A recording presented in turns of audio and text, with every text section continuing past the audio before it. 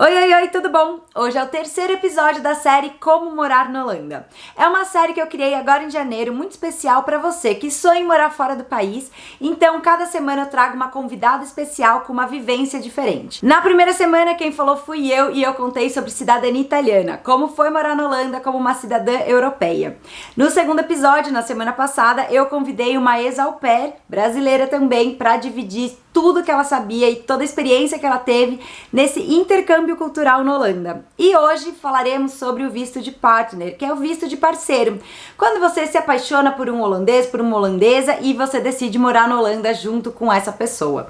E para isso eu convidei a Ana de Amsterdã, que é uma brasileira que já mora na Holanda desde 2004, tem 3 filhos lindos e ela vai dividir toda a história dela, toda a experiência dela com a gente hoje. Espero muito que você goste do vídeo. Não esquece, já se inscreve no canal e deixa seu like e bora lá, vamos então conversar com a Ana. Ana, muito obrigada por topar vir aqui dividir essa história com a gente, contar um pouquinho como foi essa sua super mudança para a Holanda. Fica à vontade para se apresentar, contar para todo mundo a sua história e contar assim, como é que foi esse processo de migração? Foi muito burocrático? Como é que foi a sua adaptação? Rafi, obrigada pelo convite, prazer estar aqui com você.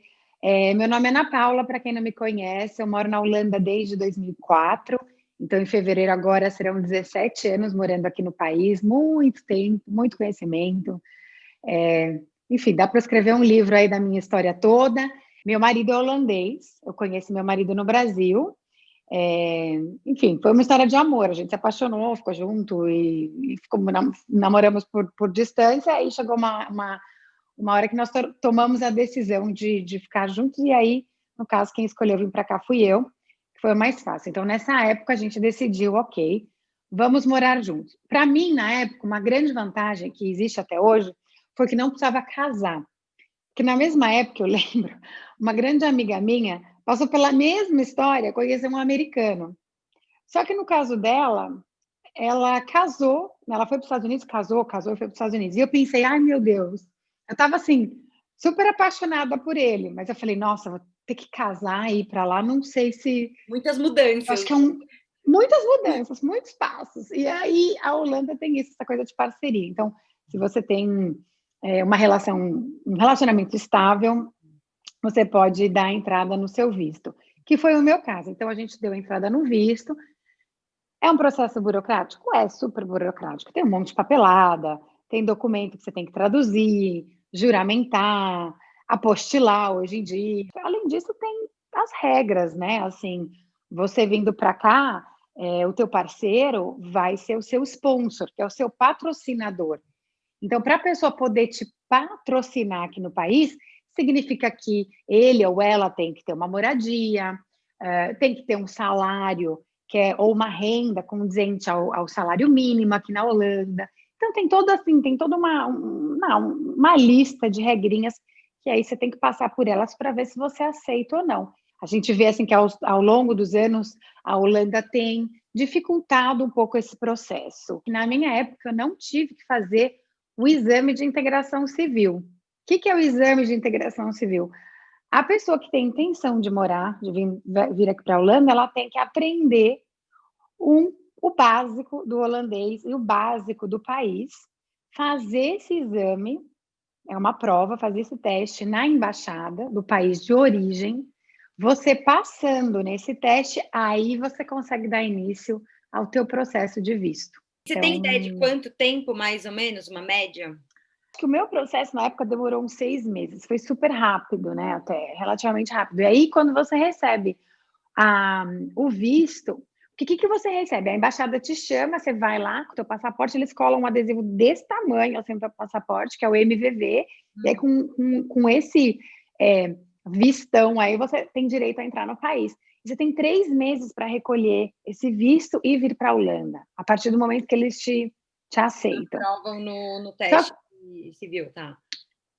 Não, te aprovam e depois entra o processo de visto, aí saiu o teu visto, aí você recebe o visto, tem 3 meses para entrar no país. Ah, entendi, tá. E aí, quando você entra aqui, aí você tem que entrar em contato com o IND e buscar o teu Verblijfsvergunning, que é essa licença, que é essa identidade para morar aqui. Então, na verdade, você recebe assim, primeiro você recebe tipo eu chamo de adesivo, você recebe uma autorização para vir para cá, que você recebe o visto de longa estadia, e depois você recebe a tua licença de moradia. Então, são documentos diferentes. Hoje em dia, o que mais demora, o que mais toma tempo, e eu acho que as pessoas realmente subestimam, é essa história do aprender o holandês. Porque é super difícil. Você tem que se preparar para essa prova, entendeu? E aí, de repente, uma pessoa talvez consiga estudar em 2 meses, 3 meses, 6 meses, 1 ano. Depende da pessoa. Lógico. Então é difícil falar, não, o processo todo demora 1 ano. Depende. Vai depender de você. Então, assim, na parte burocrática a gente tem que pensar. Quem está me convidando para morar na Holanda tem condição, vai me dar casa e vai conseguir provar a casa e também o sustento? E também tem essa parte que você, por outro lado, tem que fazer, que você tem que se preparar culturalmente, saber sobre o país, mas também o idioma. E aí... né? E então, você não teve que fazer essa parte da prova? Assim, logo que eu cheguei, eu já me inscrevi num curso de holandês. E depois de uns meses, eu recebi uma carta do governo me convidando para participar do Inburgeringscursus, que é um curso de integração. E aí, dentro do Inburgerings, tem um momento que você tem que fazer a prova também. Tá. E aí eu acho que o Inburgerings, ele continua. Não é que eles inverteram, eles colocaram um processo, uma etapa extra no começo. Um preparo para ele, porque também, então, quando você vai, mesmo tendo feito esse teste, sendo aprovado, pegou seu visto, também, então, no seu começo de vida da Holanda, você também é convidada para esse curso.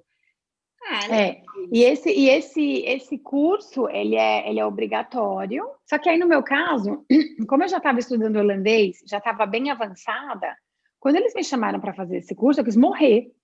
Porque eu falei, gente, o que eu estou fazendo nessa sala de aula? Mas eu fui, porque era obrigatório. Eu ia, acho que 2 vezes por semana, 2 noites por semana. Eu já trabalhava, já estava, né, no pique aqui. Né? Isso é legal. Já estava, mas ia fazer o curso. Aí eu fiz a prova, passei, peguei meu diplominha e E continuei estudando, tá? Não é assim, peguei meu diploma, eu não faço mais. Não, continuei estudando. Porque, na verdade, E isso eu acho que é uma coisa muito interessante, que eu sinto muita diferença, porque eu e meu marido somos brasileiros, mas eu tenho cidadania italiana. Então, quando você vai para a Holanda como cidadão europeu, você não precisa fazer essa imersão na cultura holandesa.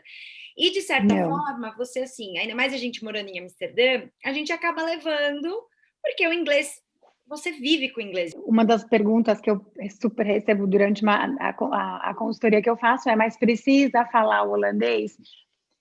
E eu sempre falo, olha, eu acho que você se vira no começo, se vira em inglês numa boa. E eu brinco, eu dou o exemplo seguinte: se você está em casa e a torneira arrebenta e você precisa ligar para o encanador, você vai ligar, você vai falar em inglês, você vai resolver o teu problema, você vai conseguir alguém para vir na tua casa falando de repente um inglês mais ou menos, ou não, você vai resolver o problema. Só que a partir do momento que você entra no supermercado para comprar um saco de batata, é tudo em holandês. Se você vai fechar um contrato de plano de saúde, contrato de uma casa, é o holandês. Então, eu falo assim, eu acho assim, se você tem intenção de morar aqui e ficar aqui por um longo prazo, porque, claro, se a pessoa fala, eu tenho um contrato de 1 ano, de 2 anos, ok, aprenda as palavras-chave, aprenda pelo menos dar um bom dia, aprende a reconhecer alguma coisa que você está no supermercado, se alguém pergunta, você quer sacola?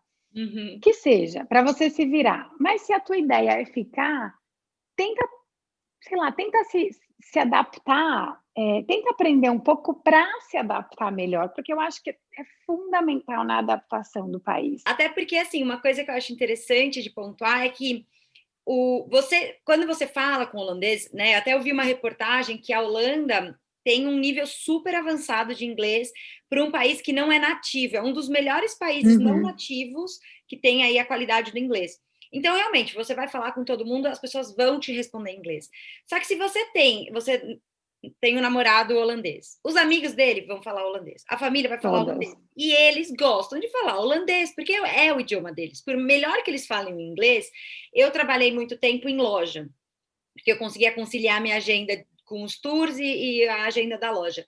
E a maioria era tudo jovenzinho, tudo holandês, e aí eles falavam comigo numa boa, Mas quando começava um bate-papo de, tipo, amigo e tal, eles viravam pro holandês. Porque, lógico, gente, a gente gosta de falar português também entre a gente. Exato, é a mesma coisa. E tem uma coisa muito legal aqui, assim, holandês fala muitas línguas, né? Além do inglês ser muito bom, principalmente nas cidades grandes, claro, se for morar num dorpzinho, não sei onde, talvez seja mais complicado, mas as crianças aprendem inglês a partir, acho que o obrigatório é a partir do middelbare school, que é 12 anos. Mas os meus filhos, o de 9, já começou a ter inglês na escola, e eu sei que tem escolas que têm até antes, então já começa. A partir do segundo grau, da escola, do ensino médio, dos 12 anos, além do inglês, tem outros idiomas. Tem francês, tem espanhol, tem alemão, tem até grego e latim, dependendo do nível. Então, assim, eles falam muitos idiomas aqui. Só que tem uma coisa que é muito bacana, que assim, quando você dá a entender, quando você se expressa no holandês, quando você se esforça, eles acham o máximo.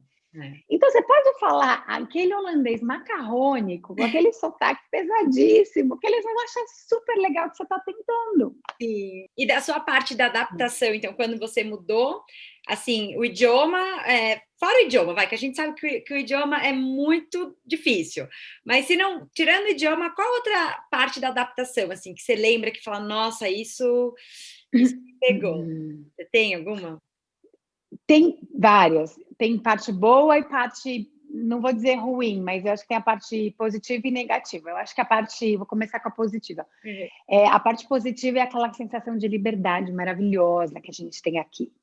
De você poder olhar na rua sem olhar para trás. Quer dizer, agora eu tenho filho, eu tenho que olhar para trás, porque, né, senão eu perco as crianças. Mas pedalar, eu amo, amo, amo pedalar. E eu cheguei, e todo mundo, você é louca, né? Você não sabe? Eu falei, vamos lá, vamos embora, me dá uma bicicleta. E isso, assim, foi maravilhoso. Eu sou de São Paulo, que é uma cidade gigante. Você vem para cá, gente, Amsterdã é super pequenininha, sabe? Não temos nem 1 milhão de habitantes. É tudo plano, é tudo pertinho. Então, isso para mim foi, assim, glória a Deus, sabe? Eu me achei aqui. Porque essa coisa de você estar num lugar, uma amiga ligar, ou, enfim, o marido, vamos se encontrar depois do trabalho, eu vou para tal lugar. Em 10 minutos eu estava lá, de bicicleta, ou andando, sabe? Tipo, E essa coisa, essa sensação maravilhosa de liberdade, eu acho assim, liberdade e acessibilidade, como tudo é acessível aqui. E não estou falando do meio de transporte, sim, mas também de valores, né? Essa coisa de, no verão, sentar numa grama, num parque, fazer um piquenique, é tudo que você precisa. Você não precisa de muita grana para ser feliz aqui, para conseguir fazer as coisas. Então, essa parte foi maravilhosa.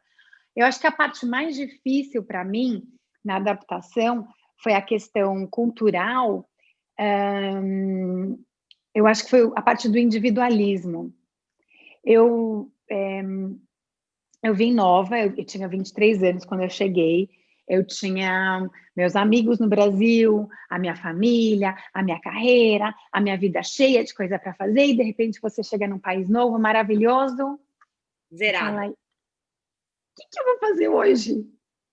Por mais que, assim, hoje, né, são muitos anos depois, 3 filhos, hoje eu nem consigo imaginar um dia que eu falo, nossa, o que eu tenho que fazer hoje? Nada. Mas eu tive muitos dias, nada. Não tem nada para fazer, sabe?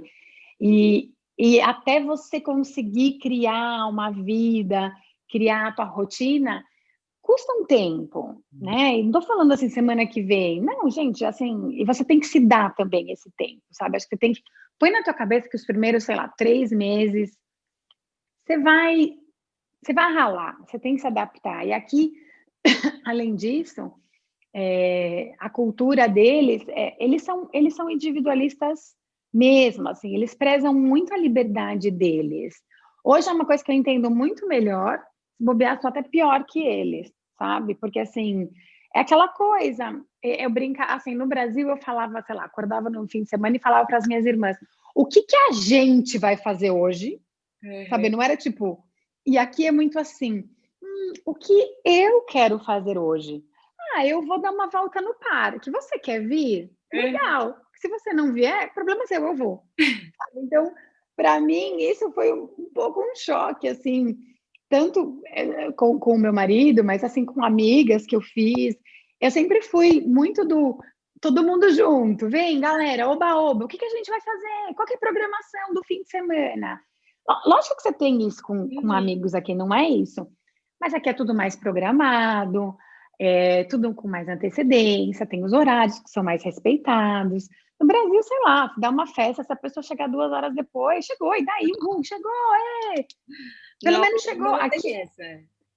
não tem, aqui tem horário para começar e para acabar as coisas, né? Então, assim, acho que esses detalhes, assim, foram bem diferentes no começo. E isso é um ponto muito interessante, porque assim, eu não sei como é que foi você, assim, se você já, quando vocês decidiram morar juntos, se você foi para fazer um teste, se você viajou antes para conhecer, ou se você falou, não, tô indo, porque esse é um ponto muito importante, porque assim, você vai zerada, uma vida zero, você não tem amigos, você não tem trabalho, você não tem nada.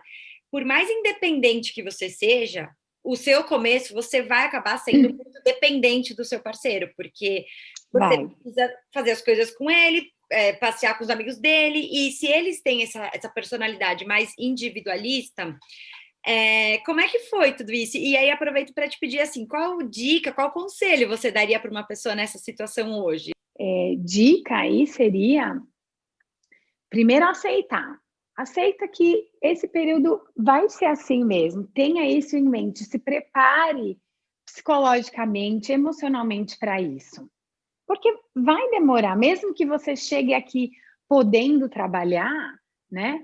Ou querendo estudar, talvez teu curso não comece na semana seguinte. Talvez seu curso comece depois de 2 meses. Talvez o seu trabalho, você encontre um trabalho para depois de 3 meses. Então, assim, aceite isso e se dê esse tempo para você se acostumar. E depois, eu acho super importante as pessoas tentarem fazer a própria rotina aqui, criar, né? Começar a criar as próprias raízes. E aí, como que você começa a criar raízes? Conhecendo gente, de repente é num curso, de repente é num trabalho, de repente é num trabalho voluntário.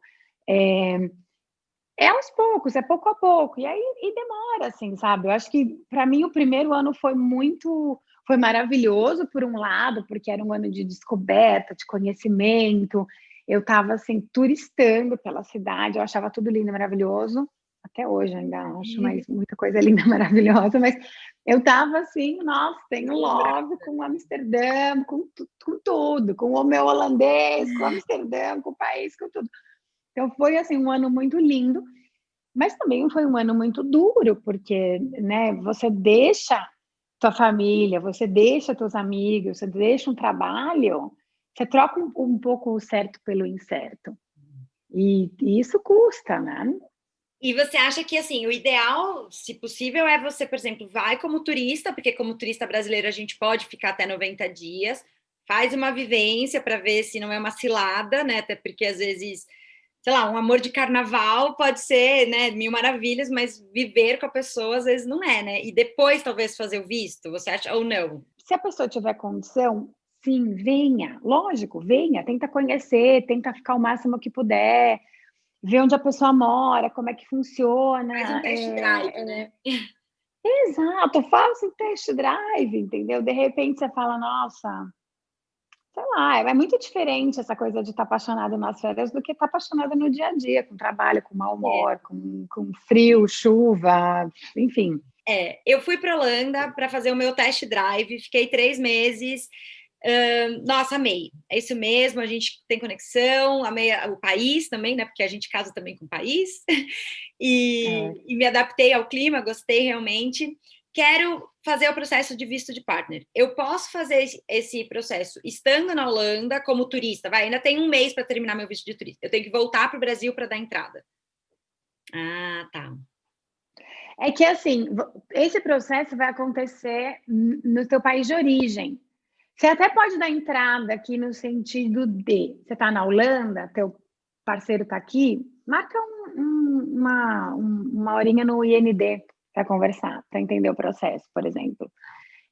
Mas você vai dar entrada no processo no teu país de origem, mesmo porque o primeiro passo, que é o exame de integração cívica, ele é feito no teu país de origem. E aí você tem que esperar lá até a papelada sair. E quais são os direitos e deveres? Porque você, quando vai, por exemplo, bom, os deveres já falamos um pouco quando tem essa questão do teste, né, de teste civil, de língua, de cultura, que também continua na Holanda, não é só no Brasil que você faz, você também tem uma segunda parte na Holanda. E de direitos, assim, quando você tem o visto de partner, você tem todos os direitos iguais que um cidadão europeu. Você vive, trabalha, tudo legal. Você recebe um documento que chama Verblijfsvergunning. Vergunning é uma licença. A palavra licença é a licença para poder ficar aqui. E tem validade? A tradução é essa. Tem validade. Mas você recebe se eu não me engano, por um ano primeiro, e depois você renova. E é uma carteirinha, ela parece uma carteira de motorista. E com essa carteirinha, você pode ir e vir. É a sua identificação no país. Você tem esse visto de 1 ano, e aí, nesse 1 ano, não era isso, vamos terminar, acabou. E aí você, para renovar esse visto, porque eu sei que assim, quando você é casado, 3 anos você pode pedir a sua cidadania holandesa, e com 5, quando a gente mora na Holanda todo esse tempo, trabalhando e tudo mais, a gente também pode entrar nesse processo. Mas com 1 ano, aí eu acho que você tem que voltar, né? O que você acha? Aí você tem que renovar. Aí na hora você vai ter que ver quais são as opções que você tem para renovar. Então é muito difícil de falar assim, a pessoa tem que voltar, porque vamos supor que nesse meio termo a pessoa tem encontrado um trabalho, ou que ela começa a fazer um mestrado, ou que, entendeu? É muito pessoal isso, talvez é muito difícil. O tipo de visto, daí conforme a situação. Talvez mude o tipo de visto, exatamente. Então você tem que ver naquela época em qual situação daí você se encontra naquele momento. Ana, muito obrigada. Amei o nosso bate-papo, foi realmente muito, muito bom. É legal também falar para todo mundo que está assistindo que o site do governo holandês, ele é super bem explicadinho, tem tudo. Eu vou deixar o link na descrição.